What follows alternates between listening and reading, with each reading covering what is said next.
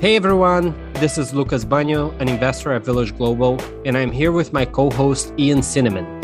Welcome to Solarpunk. In this podcast, we cover topics related to space and defense and discuss how technology can contribute to a better and safer world. Hey everyone, this is Lucas Bagno at Village Global. I'm here today with my co-host Ian Cinnamon, EIR and investor here at Village. And today we have a very special guest. Our guest today is Josh Wolfe. Josh is managing partner and co-founder at Lux Capital, a multi-stage venture firm based out of New York City and Menlo Park with 4 billion AUM. Josh invests in deep tech companies that are turning science fiction into science fact, ranging from space and advanced manufacturing to biotechnology and defense. Josh, welcome to the show. Great to be with you guys. How are you doing? Great. Doing great. We're lucky to have you. So Josh, at Lux, you've backed multiple companies that either work directly with the US government or enable America's strategic capabilities like Anduril, Hadrian, Applied Intuition, and others. What drives you and why is that important to you? Well, I think each one of those companies, first and foremost, has a founder who has some sort of technical insight, some inspiration that some existing way of doing something is inferior, a confidence and a near certitude that they're going to be able to do it better, and a mission that they want to put technology in the hands of the women and men that are on the front lines, fighting adversaries that are at once growing, revanchist, manipulative, deceitful, and that it's a virtue to be able to defend the liberal democracy of the West and use technology at the forefront to be able to do that. That's great. When you think about a lot of the companies that you just named, the companies that you back, the companies that you focus on, and you think about what are the important problems that they're solving, especially with regards to the West and the United States, what are the particular issues or areas that you're most focused on? What's keeping you up at night worried? What are you hoping that companies are trying to solve? Well, each of those companies, when you look at, whether it's Anduril or Hadrian or Saildrone or Varder or Applied, are solving different aspects. Some of those companies started with a direct, overt, and sole interest in being a tech supplier to the Pentagon, DoD, US, and our allies. Others started with a different mission and then realized or were told or asked by the government to get involved in work that was useful, strategic, beneficial. So Anduril is the one pure play company. I think that there was a fascinating founding moment where they decided we are not going to be at one end, sort of like Palantir, where we're going to make technology that could be used by corporate and defense, nor are we going to be the apologists saying, hey, we're going to make technology and not sure, how our customers are going to use it and sort of dance around this ethical line. They were very overt. They said, look, we're going to be making technologies. Those technologies are solely for the service of US Army, Marines, Air Force, Coast Guard, et cetera, Pentagon, and our allies. And you have to be comfortable as an investor that some of these technologies may be used in the kill chain. And that's a very odd thing to be asked and consider. And so that was a rare formation of a company that was exclusively focused on being one of the next great defense primes. There are lots of companies that want to be subprimes, that want to develop technology and partner with Lockheed, Boeing, Raytheon, et cetera. And Anduril, I think over time will do that in some domains, but in other domains, they decided we are not going to be a cost plus contractor. We're not going to raise money and then try to get some small contract and, play the games that the Beltway bandits have played. Instead, we're going to rely on billionaires and large funds like Lux and others that are going to support us, put the equity in, and ultimately develop technologies and showcase them and then win competitive contracts. So it's a very different mindset. It's one that is singularly and solely focused on defense with no interest or business plan or aspiration or hedge to say we're going to, focus on commercial markets or things that are ancillary.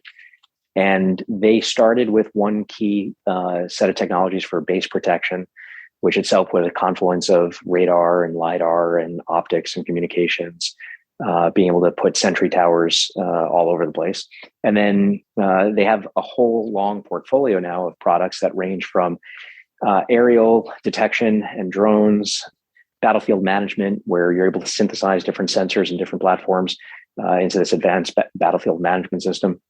They've got large counter UAS, so counter drone systems, and those are very important because what started with fleets of cheap off-the-shelf DJI drones that ISIS or Syrian fighters were strapping, small bombs, basically doing suicide missions with the drones, have now evolved into things that you might have seen in like the Armenia-Azerbaijan conflict, things that are being made by Israel or Turkey, which are these large loiter and long loiter drones. Maybe they're 20, 30 foot wingspans, and they're able to stand over a target and then, effectively dive bomb like a missile.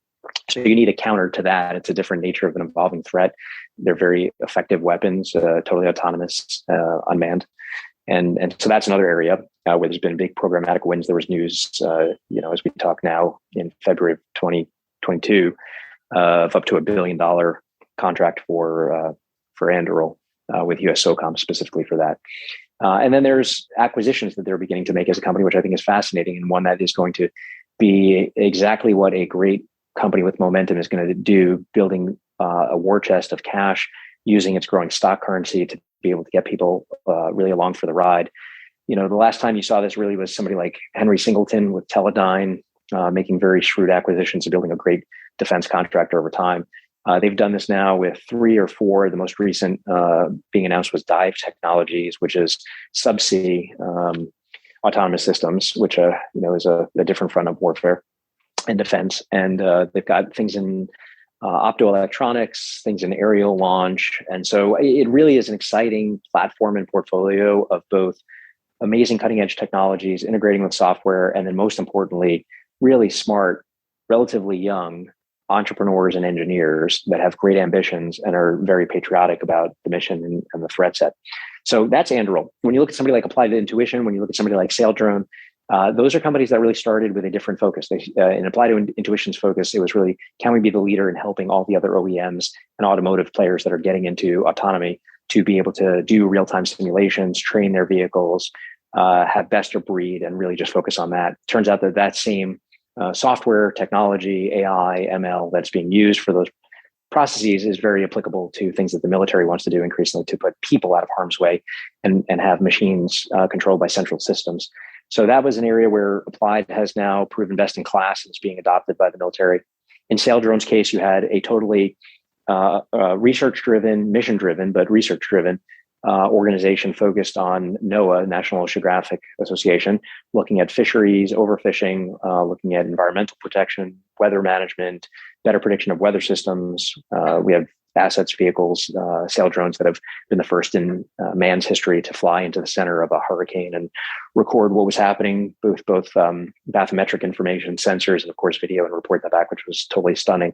But it turns out that having a fleet of autonomous drones is exactly what the Navy and the US Navy and our allies are looking for, as you have fleet transformation going from very large scale aircraft carriers that are very expensive, and depending on what the current nature of the theater of war is, maybe less relevant than having very nimble, fast vessels that can both carry payloads, carry information, relay them, set up redundant sensor networks, be sort of discrete. And so those are two companies where they started with commercial interests, and the capabilities that they developed were very valuable for the defense market.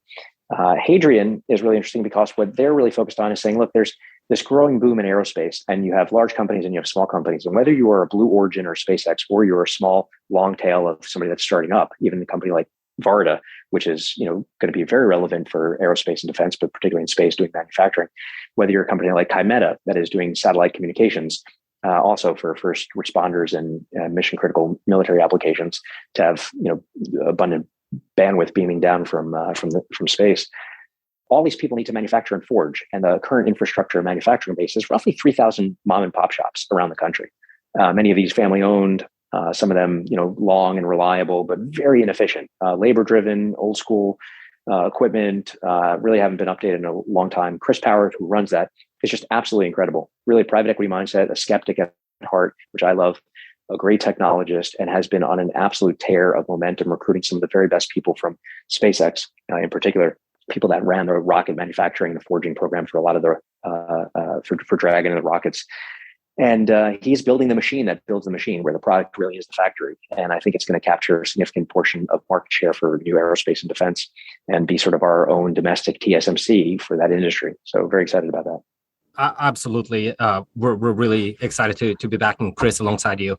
One of the things that you mentioned when you're talking about Anduril was, getting involved in a company that was taking place in the kill chain.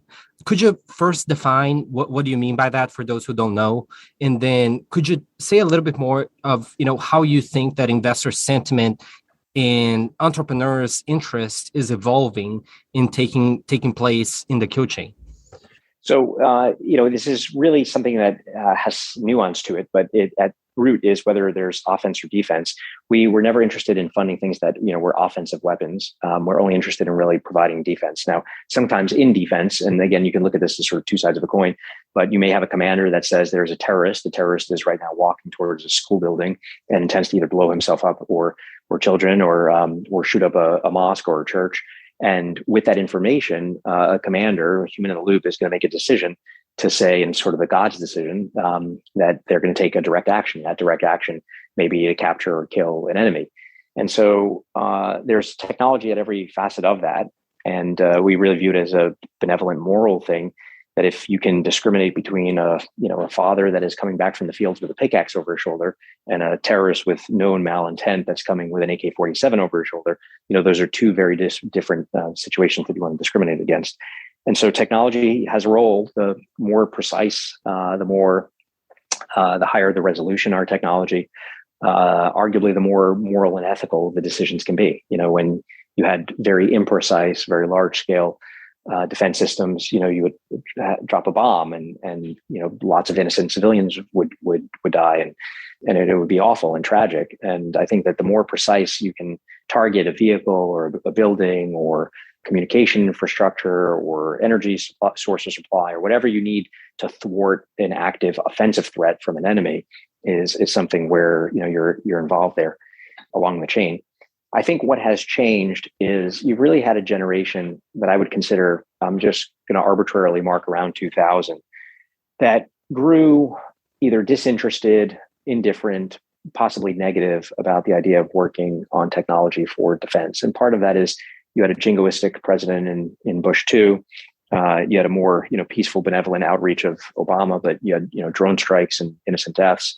You had a super far right jingoistic Trump, and a lot of people just looked at this and were like, are these the administrations? Are these the American values that you grew up standing for? And you contrast that with the 1980s, where you had lots of immigrants coming from Russia in particular, who were escaping atrocities or suppression, surveillance. Germany as well, West Germany, East Germany. And you saw this flood of people in the 80s that were mathematicians, scientists, physicists that really wanted to work on great noble things, and they wanted to do it in service of this country that was providing safe haven for them. And so I think we lost that. We lost that narrative for a good generation. You also had people that were coming as immigrants, not as emigres fleeing their country, but as seeing America as a place where, hey, we can go start a company, get some equity, make it rich, come back, and so there was sort of a transient, almost tourist-like culture in the bases, historically in Silicon Valley and Route 128 in Cambridge and in New York and elsewhere. And now something has changed. It may be that the prior threats, whether it was of Al-Qaeda or violent extremists or Islamic jihadism or terrorism, was too diffuse and too abstract for many people. But I think that there are rising threats now, whether it's Russia interfering with elections and democracy and sowing seeds of dissent. There are measures somewhere between 50 and 80% of a lot of the social media activity, particularly on topics like Black Lives Matter, Me Too, and other things that cause great divisiveness between people that are American citizens, are being conducted as information operations by foreigners. When you look at China, China is an amazing country. Chinese people are amazing people. The CCP is an authoritarian regime and bordering on totalitarianism. And it is using technology in the antithetical way that the liberal democracies of the West are. It is much more about surveillance and control and suppression, implementation of social currencies where, you say the right thing, you get social credit. You say the wrong thing, you can be thrown into prison. You've got 1 million plus Uyghur Muslims that are being put into concentration camps. And I grew up I'm an atheist Jew. Every thing that I ever heard at the dinner table on Friday nights was never again, and remembering the Holocaust and looking at the kind of oppression that, the world, for largely either indifferent or economic reasons, people are saying it's below my line. They don't care. I think it's that itself, indifference to injustice is the gate to hell. So you have a situation, particularly in China and the CCP, where Chinese people, not bad. China, not bad. CCP, quite dangerous. And you should have people on the left that are looking at this and saying, we've got human rights abuses and atrocities. We've got environmental abuses, and as much as China might jawbone and talk about a transition to green energy, they're the largest coal producer in the world. You've got people on the right that might be concerned about bellicose or belligerent actions, people that might be concerned about Taiwan, people that might be concerned about IP theft, currency manipulation, 3-4% of our outstanding treasuries. And so you see a situation where I think people are starting to see that there is a threat, and that those threats, in particular Russia and China, but elsewhere, are using technology, in many cases our own technology, against us. And they see an opportunity to sort of, defend the homeland and take the fight. Right. And as you alluded to, technology plays a role in this in a completely unprecedented way. A couple of months ago, Jacob Hellberg published a book that was very influential called The Wires of War. And Jacob argued that we are already in a war with Russia and China. Do you agree with that framing? I do. It's not a kinetic war. People are not being shot directly. They're not being killed. Battlefields are different domains. And so, let's take a few of them. Cyber, there's no question. You've got cyber attacks coming from Russia that are directed in many cases by Putin, or certainly condoned. Same thing with China. Very sophisticated systems to exploit. We already talked about the information operations to sow seeds of dissent. Germany in particular, I think, was particularly susceptible and vulnerable. If we were sitting around as evil geniuses in a Putin war room and decided, okay, how do we get more influence over Europe? Do we need to invade? No. All you need to do is foment dissent against nuclear power in Germany. Let's give fuel and money and protest promotion to the rise of the Green Party, and let the internal populace, basically shut down nuclear. Once they do that, they'll be dependent upon Nord 2 and natural gas, and Russia will have a grip, basically on Western Europe. I think it was a beautiful, brilliant, and evil coup, but it was one that, was done without firing a shot or sending a single troop. So I think the information domain, which includes cyber, is very sophisticated. Exploitation of social media, exploitation of certain narratives, letting us turn, ourselves on ourselves is one of the greatest tactics throughout, back from Sun Tzu. So that's one domain, which is the information operations and cyber. Another is financial. And we were not as intertwined financially, really at all, with Russia during the Cold War. Nobody was buying, any products. The only arguably competitive Russian products that you had were the ones that had to compete on a global stage, which was, a MiG fighter jet and an AK-47. But you weren't buying toasters or Tata cars or Lata cars, or pretty much any other consumer product, because they just weren't competitive. China, is the main manufacturer and factory for, the vast majority of the world. And it's a significantly intertwined economic partner. It's hard to undo. They own vast amounts of our treasuries, an extra $1 trillion of our $28 trillion of outstanding debt. So while not a huge percentage, a significant potential mover. So you've got the economic domain and interdependency. You increasingly have censorship on sort of the soft power side. I think that there are opportunities there, but there certainly are challenges where historically the U.S. would export, media, music, MTV, Hollywood. Today, many of those things are suppressed if they are saying the wrong thing. You've got Hollywood actors like John Cena taking a knee and pledging fealty to China, apologizing in Chinese for calling Taiwan a country. You've got Kodak and Instagram removing, pictures and images of Xinjiang province, where the Uyghurs are being held in concentration camps, and saying that it was an Orwellian dystopian nightmare, and being forced to remove those, online. So there's foreign countries that, because of economic influence and threat of not distributing goods or products, NBA, of course, being a prominent other example, have significant leverage over the U.S. and ultimately the values and the cultures and the things that we say and believe. And then you've got space, which I think is a huge and important domain. The U.S. and Russia had great diplomatic and scientific ties with the International Space Station. Now, Russia was the first to announce that they're going to be pulling out of the ISS over the next 2 years. They're going to be, developing their own systems. China already has their own space station that they're launching different modular parts to. U.S. will be playing a little bit of catch up there. U.S. did approach Russia about doing a joint lunar base. Russia said, no, thank you. We're going to do it with China. And so, there are all kinds of alliances and allegiances that are in a shifting, sort of centripetal force up above. There's a lot of space assets and satellites that are up there. There's increasing odds that while China has already, blown up its own weather satellite to show a kinetic capability in space, and Russia has blown up its own satellite from ground to show, its ability to blow up somebody else's satellite. There's increasing risk that there's an accident, that there's debris, that something is framed as an accident when it was intentional. And so I think there's going to be a lot of surveillance, sabotage, different technological assets up in space to both, detect and deceive, and then ultimately perform kinetic action. So that's another domain where I think we are increasingly at war, and it's, straight out of science fiction, sort of Star Wars. And then you've got, traditional air, land, and sea. And, China would like to remove influence from Taiwan. So you can think of it as a fallback that's sort of blocking its ability to project power into the Pacific Ocean. US and allies would prefer to keep that contained. You've got, serious economic interests, of course, with TSMC on the island, and sort of late stage scramble for the US to rebuild a semiconductor manufacturing facility, along with like one of our companies, Resilience, where we're trying to rebuild drug and biological manufacturing capabilities here domestically. So there's a lot of conflict and a lot of very clever moves that have happened over the past 10, certainly 20 years to gain leverage over the United States. And that's going to require, a coordinated effort, better technologies, better leverage to be able to push back. I think that's an incredible perspective. One thing I wanted to hone in on a little bit there was your commentary on space, and how it's effectively another domain of war that we're currently in. I'm curious how you would characterize what you just described versus the idea that we're currently in a space race, or we might need to stimulate another space race in order to kind of further increase the innovation that's happening in the US in that domain.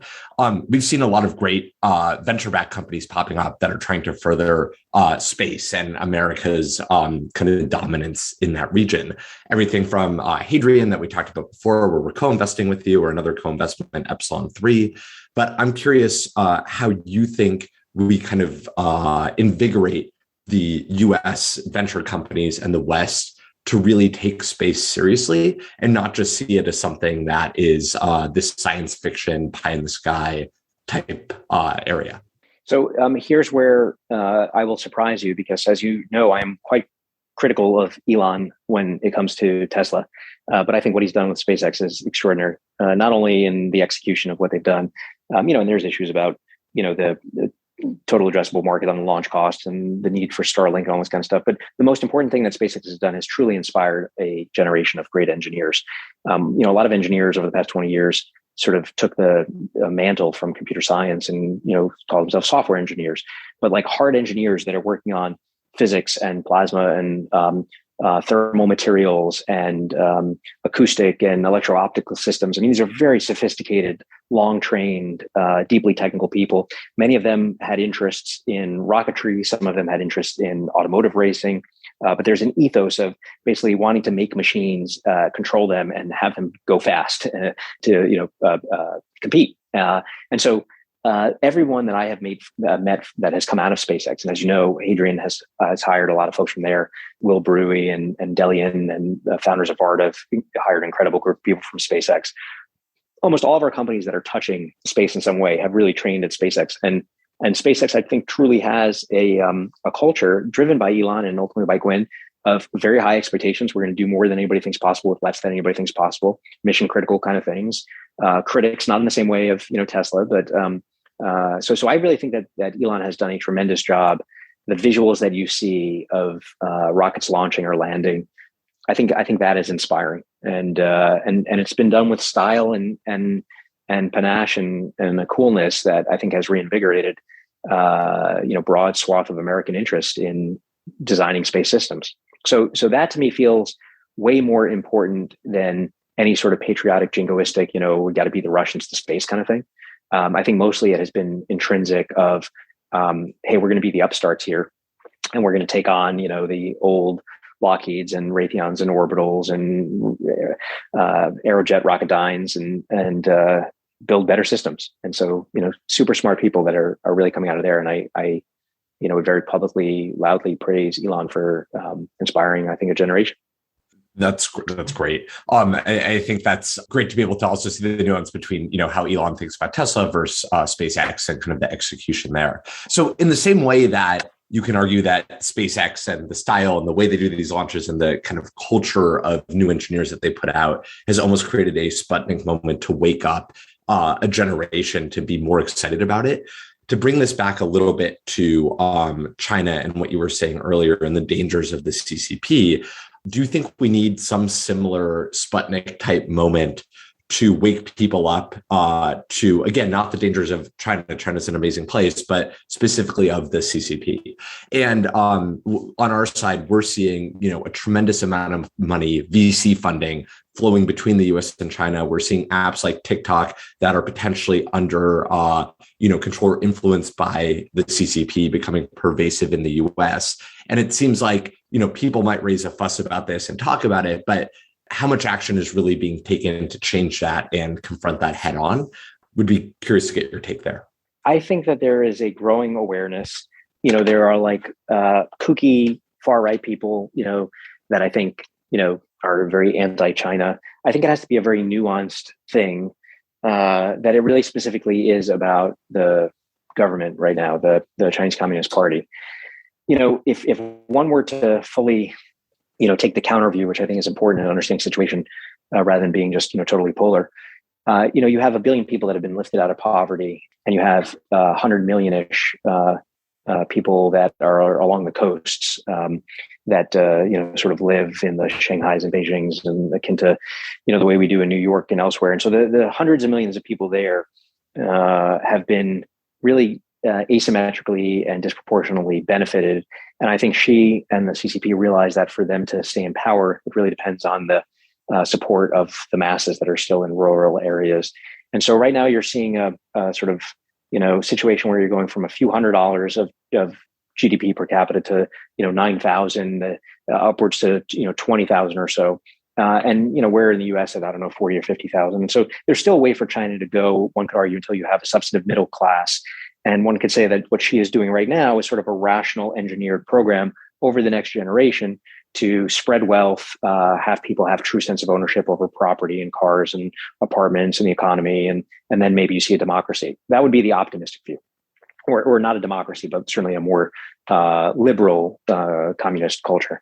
What you've seen in the past few years, which again, may be a temporary thing or maybe symptomatic of something much more serious, is a total lockdown. A lockdown as she seeks to be ruler for life, which will basically come to a head in the fall of this year of 2022.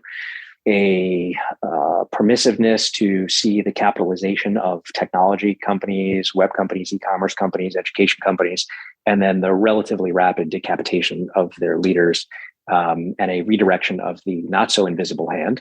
It is a very visible hand that has said, okay, people are not going to be making money there anymore, or certainly not as much money anymore. And that includes, domestic VCs. And if you've ever heard, Neil Shen from Sequoia, put on the spot by, I think it was The Economist years ago, it was just such an awkward moment because you can't win answering these questions of, do you feel uncomfortable with the ethical abuses or whatever? I mean, you are completely served at the pleasure, of the CCP. And so the next wave where the visible hand is directing capital to flow is in many of the things that Lux and you and others fund, which is in a lot of the deep tech cutting edge areas. So semiconductors, biotech, technologies for defense. That is what will be celebrated. Culturally, it'll be directed, formally with 5-year programs. You already see, amazingly, I forget the name of the show, but there's a 40 episode Netflix equivalent series in China. It is a, highly rated, widely watched show about a US semiconductor engineer who came back to China and basically decided to rebuild or build up, the most competitive semiconductor company in the world. I mean, that's just astounding that they had the foresight to create a fictional narrative as propaganda to indoctrinate the people of this and create, new heroes. I've always said that as a country and as a culture, you get what you celebrate. And when they're celebrating, the symbolism of a semiconductor engineer who came from the U.S. and then decided to, patriotically, rebuild the great soul of the new machine, the new chips, for the future of China. And we're celebrating, Kanye and Kim Kardashian. It's ridiculous. We're at a disadvantage. So I do think more attention has to go on human rights abuses. I think that there should be zero tolerance. When we see atrocities around the world, it doesn't count. The U.S. is imperfect. We are fallible. We have a stained history. We have a gross and disgusting history of slavery, of abuses against women, gay. I mean, every marginalized group. And the good thing is, over time, those groups have gained more rights and more recognition that's deserved. But anytime you see, a totalitarian government suppressing and, systematically, whether it's imprisoning, detaining, killing, sterilizing, quote unquote, re-educating, you can look at the arc of what started as, quote, political protesters put in prison by the Nazi regime in the 30s, that then became larger and larger until it was systematic annihilation of an entire group of people, the Jews.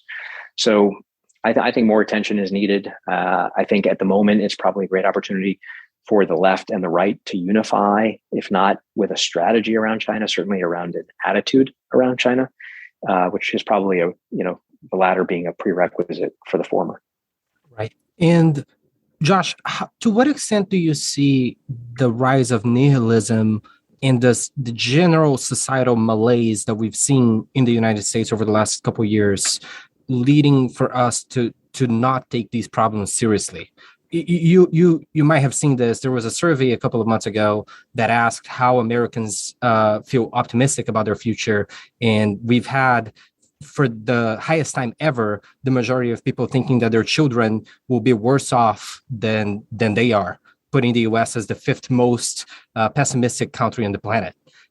Do you think that these are interconnected at all? How do you look at these? I think that there has been apathy and indifference. I think there's been a focus on the individual, about self-aggrandizement. I think, social media have all allowed people to, just be hyper self-promotional about, being celebrities and being famous for being famous and that kind of stuff. And like I said, you get the culture you celebrate, and that's what we've celebrated. The great generation, or the greatest generation, which was World War II. And, you had people that were entirely shifting and reimagining and rebuilding American industry, whether it was, automotive, air. You had women entering the workforce. There was just an amazing time of coming together in solidarity in the face of a, existential threat of a common enemy. When you go back through the history of the United States, maybe it's a bit cynical, but it is a roughly accurate observation that since the Mexican-American War, following the Civil War, we were reunited. Every time we had a great power conflict of some sort, the country came together. And it's cynical in that, we sort of only come together in the presence of the third common enemy. When World War II had abated, you had the Roaring '20s, everything was great, money's flowing, liquor's flowing despite prohibition, but you also have the rise of the KKK. And so during those moments of domestic peace against an external enemy, we end up really turning on each other. That would be abated by World War II and the Korean War, come together again. We turn on each other again. And then, Vietnam, which was really a flawed and failed war in many ways. Then we'd be reunited against, the Cuba Missile Crisis and Cold War and, duck and cover and threats of, Russian bombs and mutually assured destruction and nuclear. Then we had the raging 90s, of .com excess and everything was fine. And then 2001, September 11th happened. And that was a very diffuse, not necessarily hegemony. It was a fearful, terror-induced collective. I think the one thing that we started to celebrate again, there was a lot of people that sort of used to protest soldiers, particularly post-Vietnam. And I think there was an embrace of just American heroes and women and men on the front lines. So that was sort of a virtuous thing. But we haven't really had a big common third enemy. And so I think that's quite important. When you look at the domestic issues, again, in self-interest, politicians and media have done a wonderful job in serving their own interests to divide and conquer. And so we went from having a national hearth or a fireplace that we gather around, channel 2, 4, 7, ABC, NBC, CBS, into an infinite number of channels. That's a good thing, more expression of democracy. It's a bad thing in that everybody ended up in their own little iPod, people just hearing the echo chambers of what they want to hear. People want community, they want meaning, they want purpose. They would find it in their political tribes. And so they became increasingly isolated to the other side. We now have a situation where half the country thinks that the other half of the country is a total idiot. The other half thinks the exact same thing. And in many cases, they think not only are they idiots, but that they're actually evil. It was an amazing stat thinking about the politicization of this. 53% of Republicans, 56% of Democrats got their flu shot before COVID in 2019, going into 2020 flu shot. And then this year, so far, I think it's 40% of Republicans and 68% of Democrats either have gotten or intend to get. So it's the idea of getting your flu shot has now been conflated with COVID, which has been conflated with this idea of like government control and some political aspect of it. And so we are easily influenced, very tribal, very heavily polarized. And, I think it's tragic. But by the way, one other dimension that we didn't talk about before, which I failed to mention was health. And obviously the origins of COVID, forgetting about any sort of conspiratorial thing, if it's a lab leak or whatever, but, came from China. And probably the greatest scourge on US society right now is the epidemic in opioids and the flooding of fentanyl, which very much mirrors almost a snarky evil retribution that the Chinese had from the opium wars. So I think these are all things where there's an opportunity for a leader to come point out, our differences, point out those outside the country that have ill intent and tend to do us harm, and how we need to rally around, some basic things. And we can fight about all the other stuff. You can love the NFL and, like the Jets or hate the Giants. But, we got to be on the same league here in the United States. So I am actually optimistic when I hear these reports that,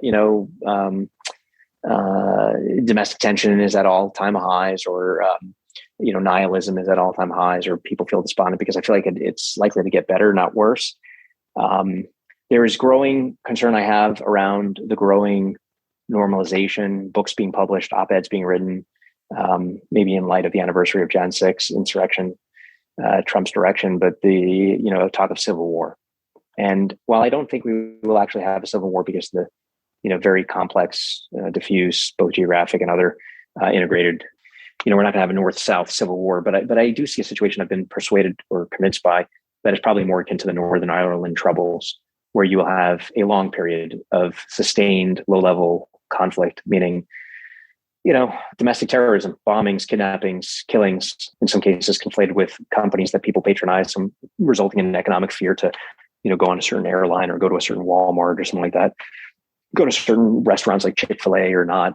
And I think that's going to be a really sad thing. And eventually, what ended that was, very strong leadership, some external third-party intervention. And hopefully we don't see, pictures of children dying and people saying enough is enough. But I worry about that domestically. 100% makes sense. So to bring this home a little bit, if you are one of our listeners and you're thinking about the future of the West, the future of America, Western values, and then especially if you're an entrepreneur or a technologist wanting to help build tools or utilities to solve for a lot of the things that we discussed, what would be your recommendation to our listeners? Well, this is a mix of history, the past, current events, the present, and technology and science, which I think is the future. And so I would encourage people, I was not a big history buff when I was young, as cliched as it is, those that don't know history are condemned to repeat it, but many things are constant. So they repeat. And while technologies change and businesses change and markets change, human nature is a constant conflict, opportunities where people are seeking leverage, influence, just sort of studying history and seeing where things repeat and being able to identify those. Current events, being aware of what's going on in the world, having a healthy dose of skepticism, from the varied sources that we have, so that people do not take everything at face value. Understand that there are nuanced points of view, and try to get what some would call sort of a consilience of inductions. Getting multiple data sources, different viewpoints, and then when you see something that is highly probable to be true, giving it more credence. That itself is a domestic education thing. Unfortunately, the current news has been perfectly algorithmically engineered to induce fear, anger, joy, surprise, whatever, and just, keep hitting you like a Pavlovian dog or a Skinner rat in a cage, or a pigeon in a cage. And so, be skeptical, but engaged in present current affairs. And then the future is for somebody that really sees the opportunity. And there is an opportunity that both, I think people are going to make enormous fortunes in pursuing this, because the tailwinds of demand are there domestically and abroad. And I think that there's a great feeling of moral purpose that you might work on a technology that ends up saving lives, is the same way that we feel when we fund a cutting edge microscope that is discovering drugs, or a cutting edge pharma or biotech company that is making those drugs. to know that, an entire stadium worth of people might be saved because of that science that was funded and advanced and de-risked on, it's what we call matter that matters. It sounds a little bit righteous, but it feels really good. The same thing feels really good to know that there might be a conflict underway and that a technology that you funded can help to thwart or stop that conflict or save lives. And so, I would encourage people, open your eyes, look around, read history, look at current events, and then get involved in the things that you think can shape history or the future really in the right direction. Awesome. Josh, this is a great note to end on. We really appreciate having you here today. My pleasure. Really good to be with you guys.